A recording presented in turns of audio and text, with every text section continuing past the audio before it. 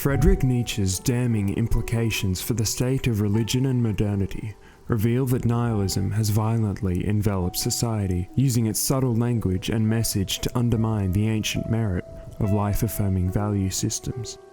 So, who are these nihilists in question? Nietzsche identifies Christianity and most religions for its ascetic ideals, those that rely on an afterlife to bring salvation, as opposed to grounding themselves in the here and now. He also turns to the scientist and modern man, considering only lowly pleasures, those who would rather will nothingness than not will at all. Evidently, nihilism plagues man from every angle. The herd has undoubtedly been corrupted by slave morality brought about by Christian Judaism, but this wouldn't be Nietzsche without providing us with a way out.